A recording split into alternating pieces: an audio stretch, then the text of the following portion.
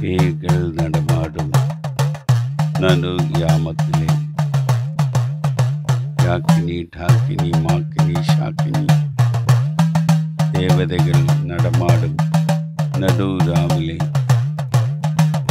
தனியா மகாஸ்மசானம் மயானத்தில் உட்கார்ந்து பூஜை பண்ணும்போது கிடைக்கிற சக்திகள் அகோர மூர்த்திகள் நம்மளோட வாழ்க்கையிலே எவ்வளவு சேஞ்ச் கொண்டு வரும் இது யாருக்குமே தெரியாது.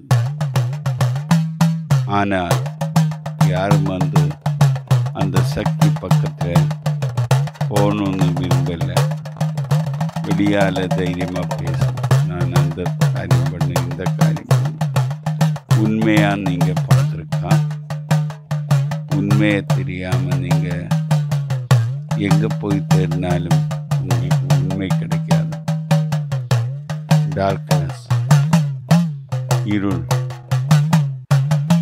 கருப்பு எப்போவுமே இருளில் தான் வெளிச்சம் பிரகாசமாகும். வெளிச்சத்திலே வெளிச்சம் பிரகாசமாகிறதோட இருளை நீங்கள் பிரகாசமாக்குறது என்ன பண்ணும்? வாழ்க்கையும் இது மாதிரி தான். உங்கள் வாழ்க்கையிலே நீங்கள் அனுபவிக்க வேண்டிய கஷ்டங்களை அனுபவிச்சு தான் முடியும் என்று ஜோதிடர் சொல்லி கேட்டு நீங்கள் ஏன் அனுபவிச்சுட்டு எல்லாத்துக்கும் ஒரு முடிவு விடைகிறது. ஏன் நீங்கள் உண்மையான அந்த விடையை தேடவில்லை? எதுக்காக நீங்கள் காசியில் இருந்து ரிஷிகேஷ், ஹரித்வார், பத்ரி, கங்காயில் ஆரதி எடுக்கிறது, வெளிச்சம் காட்டுறது என்ன? இந்தியன் மக்கள் பைத்தியக்காரங்களா? இல்லை அதுக்குள்ளால ஏதாவது காரியங்கள் இருக்கா? யாராவது தேடி பார்த்துருக்கா? தேடி பார்த்தா தானே கிடைக்கும். ஆனால் நீங்கள் இங்கே உட்கார்ந்த இடத்துல இருந்து தேடினா எங்கே தான் போய் முடிய போகிறோம்? எவ்வளவு சொன்னாலும் உங்களோட தலையில் ஏறுறதில்லை. ஏறினாலும் ஏறாத மாதிரி உட்கார்ந்து நீங்கள் திரும்பியும் செய்த தப்பை செய்துட்டே இருக்காங்க. ஒரு நாளைக்காவது நீங்கள் ரியலைஸ். இப்போ உங்களோட உயரிய குரு பரம்பரையில் தீட்சை பெறத்துக்கு மாணவர்களுக்கு ஏதாவது அடிப்படை தகுதிகள் ஏதாவது இருக்குதுங்களா ஐயா? எந்த மாதிரி கேட்டகரி நீங்கள் செலக்ட் பண்ணி தீட்சைகள் கொடுக்குறீங்க? கண்டிப்பாக இவ்வளவு நாள் பட்டாம்பூச்சிக்கும் பூச்சிக்கும் எல்லாம் நான் கொடுத்துட்டு இருந்தேன், தீட்சை கொடுத்துட்டு இருந்தேன். யாராவது பறந்து அம்மா தாயே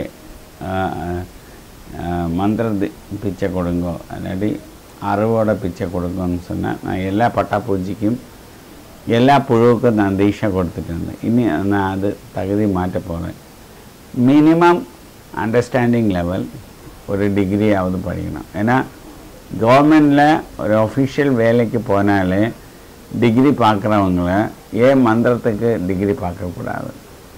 நான் இனி மந்திரம் கொடுக்க இருந்தால் மினிமம் அவனுக்கு மினிமம் குவாலிஃபிகேஷன் டிகிரியாக இருக்கணும்.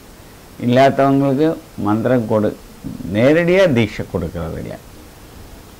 என்னோடய வீடியோ பார்த்து மந்திரங்கள் அபியாசம் பண்ணுறது ஓகே, அது ஏழை மக்களாக இருக்கலாம், சில வேளை நல்லவங்களாக இருக்கலாம், கெட்டவங்களாக இருக்கலாம்.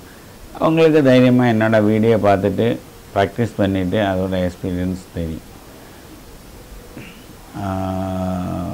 நான் என் கையில் நிறைய காசு இருக்குது, சாமி எனக்கு வித்தியை கொடுன்னா கண்டிப்பாக நான் கொடுக்க மாட்டேன். அப்போ அதுக்கு மினிமம் டிகிரியாவது ஒரு க்ரைட்டீரியா வச்சுருக்கேன். 5 காரியங்கள். ஒன்று ஏஜ் ஃபேக்டர்.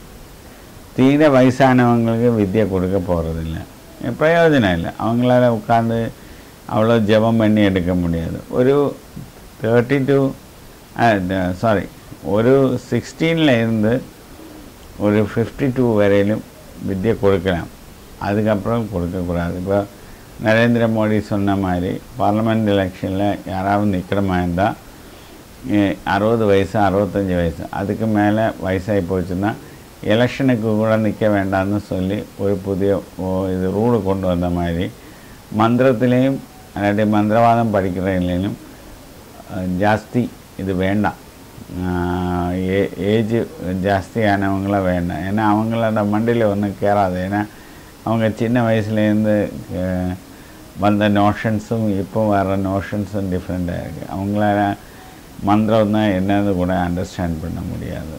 ஏதோ பாட்டன் தாத்தா காளி மந்திரம் ஜெபம் பண்ணிட்டு தான், அதனால நானும் விபூதி போடுறதுக்கு காளி மந்திரம் ஜெபம் பண்ணுறேன். இந்த நாலேஜ் வச்சுட்டு யாரையும் நான் இனி எடுக்க போகிறதில்ல. மினிமம் குவாலிஃபிகேஷன் டிகிரியாவது மினிமம் குவாலிஃபிகேஷன் வேணும், இருந்தால் தான் நான் கிளாஸ் எடுக்கேன்.